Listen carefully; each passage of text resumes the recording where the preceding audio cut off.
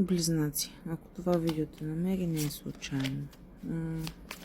Да видим май месец за теб. Какъв ще бъде? Май месец започва с много мисли и напрежение. Нещо те е тормозило вътрешно.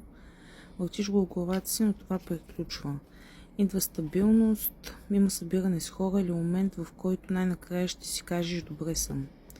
Започваш да градиш нещо истинско, стъпка по стъпка, финансово или лично, излизаш по-силен. Увереност ти се дава, знаеш какво искаш. Да видим послание от Вселената. Вселената ти казва да имаш търпение. Това, което чакаш, идва и то доста скоро. Вярвай, че ще получиш знак. И едно любовно послание.